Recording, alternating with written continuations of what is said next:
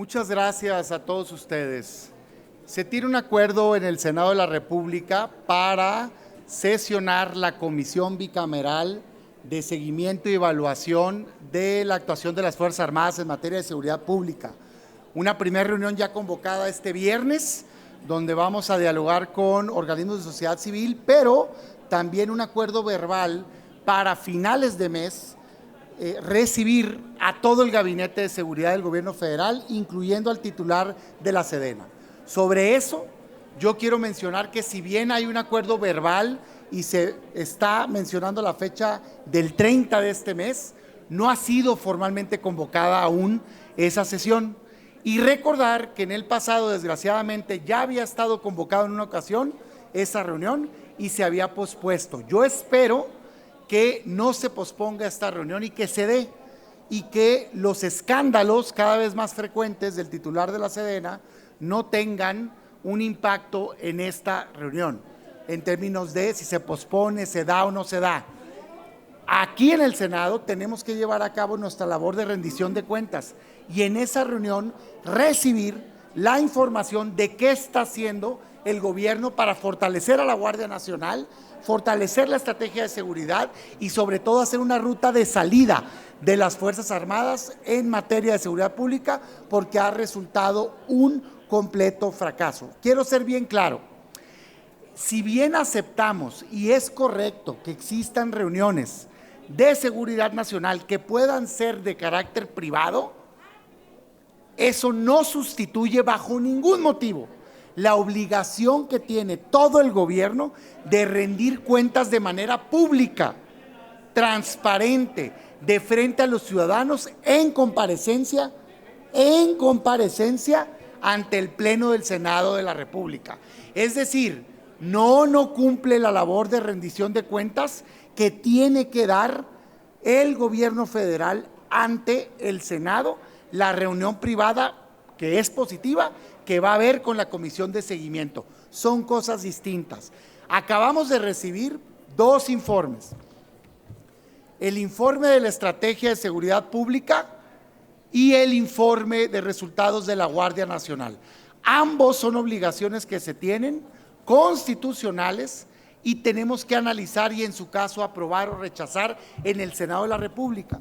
Si el gobierno federal ilegalmente ha hecho responsable a la Sedena y a las Fuerzas Armadas de la política de seguridad pública, entonces tienen que venir a rendir cuentas aquí como civiles, de manera pública y de cara a los ciudadanos, no a puerta cerrada. ¿Está bien eso para la Comisión Bicameral, el seguimiento de las Fuerzas Armadas? Sí, pero para la rendición de cuentas de seguridad pública tiene que haber un ejercicio y demandamos y exigimos una convocatoria pública transparente de cara a los ciudadanos para rendir cuentas de la estrategia fallida de seguridad pública. Yo no sé qué es lo que celebran en estas mañaneras de una supuesta rendición, una supuesta disminución de inseguridad. Estamos ya superando los 150,000 asesinatos en México, que no son más que otra cosa que una persona mate a otra de manera intencional. Nunca en un sexenio ha existido tanta violencia como hoy, y nos quieren presumir que se disminuye un delito comparándolo con el año pico peor histórico en toda la vida de México. Por favor, pues 150,000 asesinatos, ya superaron todo el sexenio de Calderón, que fue un fracaso en seguridad pública, y ya están por superar todo el sexenio de Peña, con la diferencia de que están apenas cursando el 5º año. Entonces, no, urge un cambio de estrategia de seguridad pública y urge rendición de cuentas, y eso es lo que estamos demandando aquí en el Senado de la República. Gracias, senador. Si usted nos los permite, tenemos preguntas de parte de los compañeros de los medios. Le pregunta Gerardo Segura de Azteca Noticias. Yo quisiera preguntarle su opinión en relación a que al parecer se están distorsionando la información de la realidad en relación a la inseguridad. Están tomando algunos factores que puedan ser no los adecuados, los reales, para arrojar la información real. Entonces está distorsionando la información que se está presentando. ¿Qué opinión le merece esto? De eso, según especialistas, tengo entendido. A ver, los datos son públicos y ahí están para compararse. ¿Qué hace el gobierno? Manipula el enfoque que le da. Salen y ponen unas tablas y dicen, vean cómo está bajando, porque comparan porcentajes de crecimiento. No, si no te contrató el mexicano para que crezca menos la violencia, te contrató para que le des paz a los mexicanos. Entonces quieren agarrar el pico, el peor año de la historia de México, que fue el 2018, y se ponen de jubilosos porque le ganaron a ese año.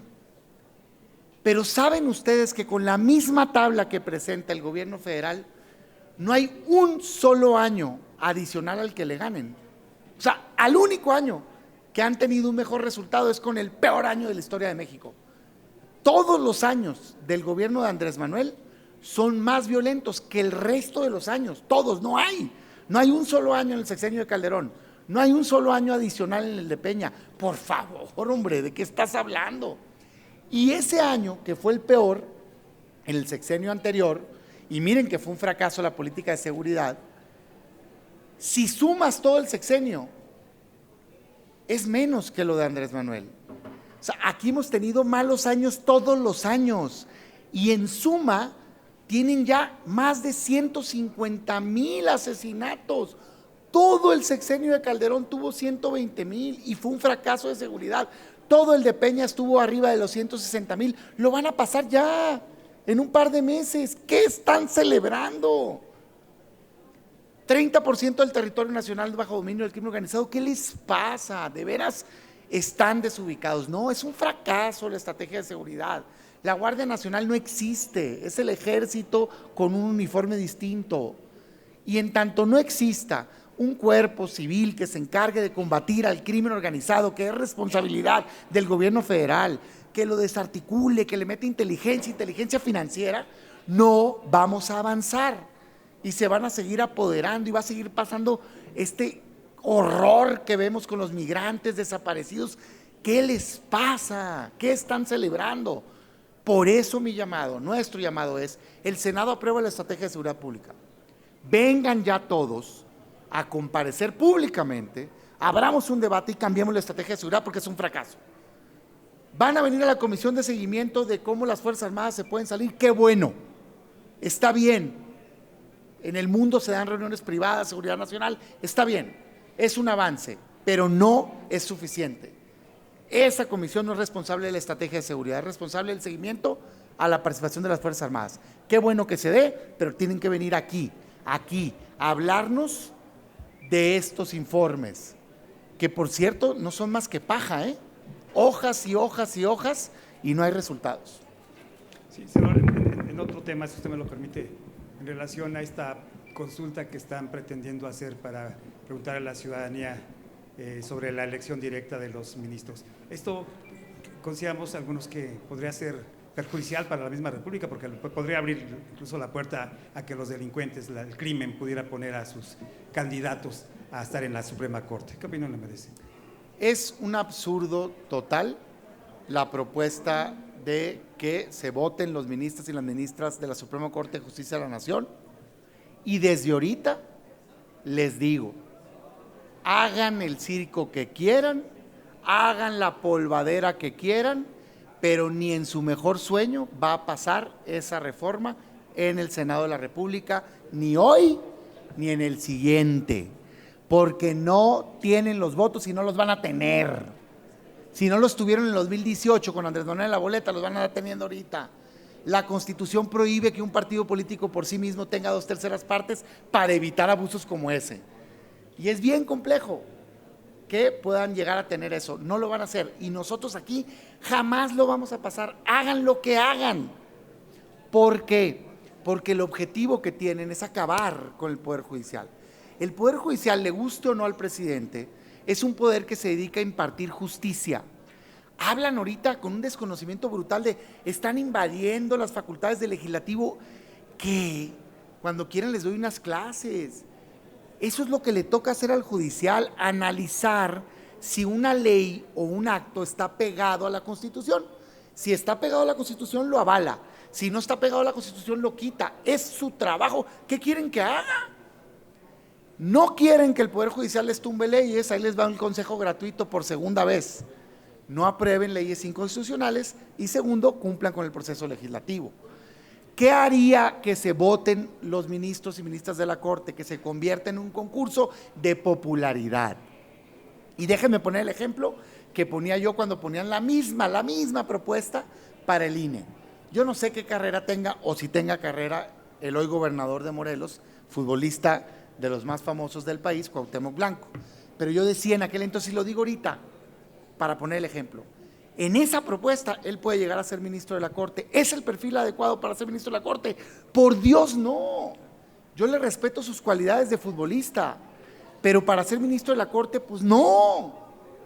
Bueno, lo mismo pasaría, artistas, deportistas, políticos famosos, que cualquiera, este o el otro, órale pues, y gana. No, lo que necesitamos de ministros y ministras de la Corte es gente talentosa, técnicamente profesionales, independientes, autónomos, que impartan justicia. Si la tienes, la razón te la doy, si no, no te la doy. Entonces, es un absurdo. Pero todo este rollo ellos lo saben, hombre. Lo único que quieren es, nosotros sí queremos, ellos no quieren, y dividir al país. Desde ahorita les digo, ¿para qué tanto brinco estando el suelo tan parejo?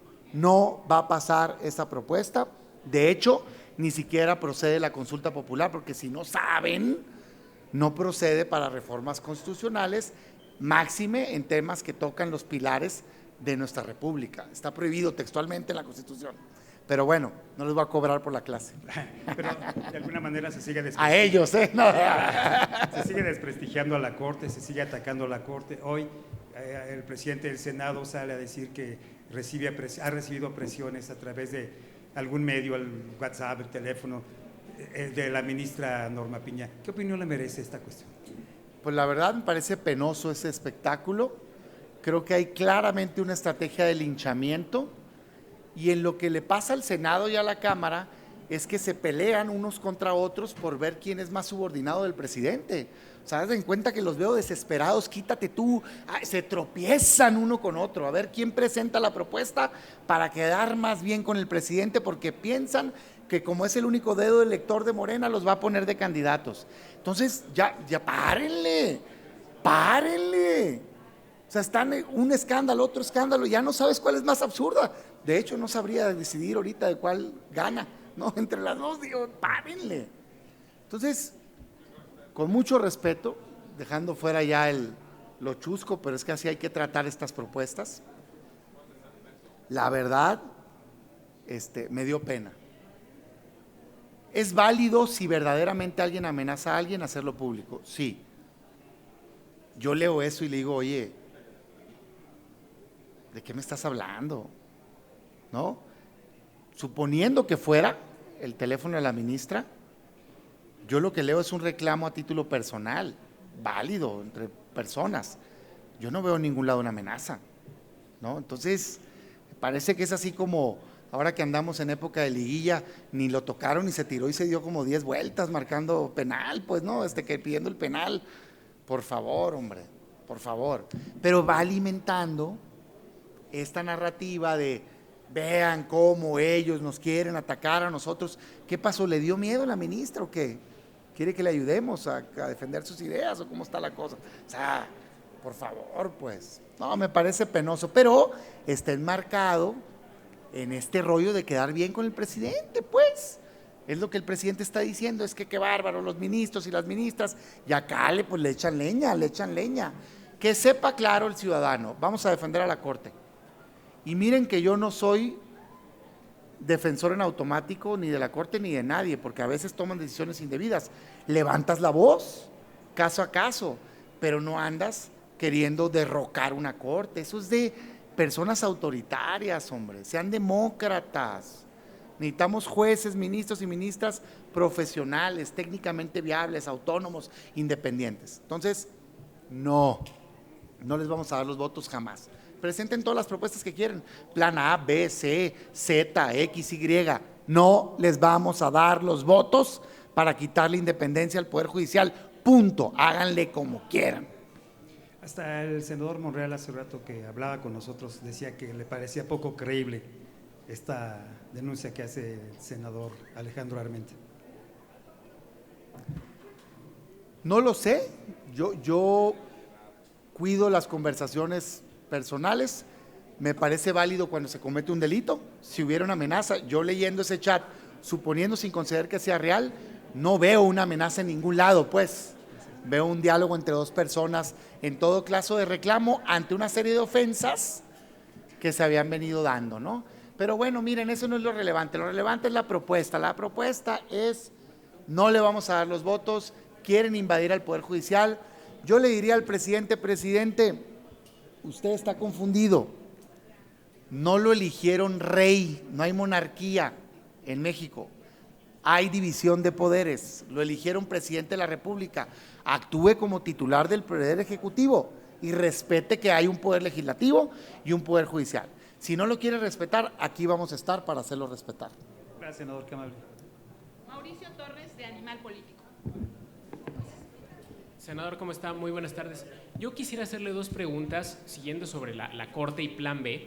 Primero, como promotores de la acción de inconstitucionalidad que finalmente derivó en que el primer decreto ya se anulara, ¿saben más o menos cómo están los plazos para la discusión del segundo decreto en la Corte? Y sobre el primero, me regreso, entiendo que se iba a presentar un incidente de aclaración de sentencia para conocer exactamente los efectos que iba a tener la invalidación del primer decreto. ¿Serían esos dos?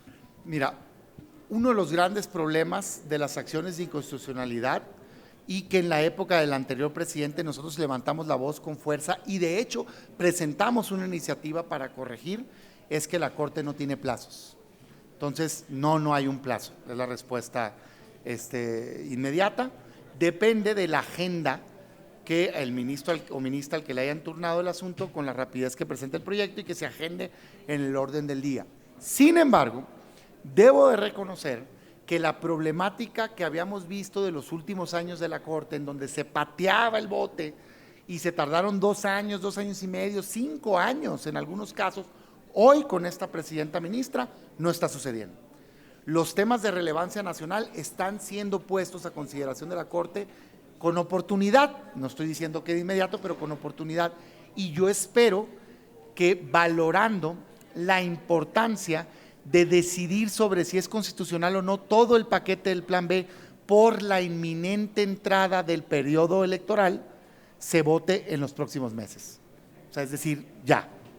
¿No? Yo creo que así va a pasar, porque si yo estuviera en la Corte, yo dijera, necesitamos dar certeza a los mexicanos de con qué reglas van a competir las candidaturas de cara al 24. Entonces confío en que seguramente, yo esperaría que máximo el transcurso del mes entrante ya se esté resolviendo todo. Esa es mi opinión. Sobre el primero, es normal también, se hacen las sesiones de la Corte y luego sale el famoso engrose, ¿no? Donde ya yo diría, lo importante ya lo sabemos. ¿Qué es lo importante? Se declaró inválido, inconstitucional ese paquete y se declaró por las violaciones al proceso legislativo, pero se hubiera declarado también por el fondo, porque era claramente inconstitucional. El mensaje a Morena es muy sencillo. Aunque tengan mayoría, tienen que respetar los derechos que tienen los ciudadanos que votaron por cualquier partido político, porque eso es lo que está protegiendo la Corte. O sea, ¿qué protege la Corte? La Corte dice, tú, aunque tengas mayoría, no le puedes quitar el derecho a ese diputado, a ese senador, de hacer su trabajo, porque esa persona, un ciudadano, votó por un diputado o senador de cualquier partido, así tenga el 3%, el 5%, el 10% o el 20%, se merece a ser defendido de manera adecuada. Y para eso tienes que permitirle hacer su trabajo, de conocer lo que va a votar y poder garantizar el principio de deliberación democrática, que se llama. Por eso los castigaron, porque le dijeron, oye, pues ¿cómo crees? Presentaron 5 iniciativas, 5, en 3 minutos, más de 300 hojas, ya ponte a votar. Nadie físicamente las leyó, nadie. Entonces le imposibilitaste el trabajo, hacer su trabajo bien, y por lo tanto le imposibilitaste al ciudadano a estar defendido bien en el Congreso. Por eso las anularon, y qué bueno, para que se siente un precedente. Por cierto, hombre, que no anden llorando. Todos sabíamos que esto iba a pasar. No hay uno, hay 4 precedentes, entre ellos la Ley de Seguridad Interior. Y ahí sí celebraron. Yo celebro las 2.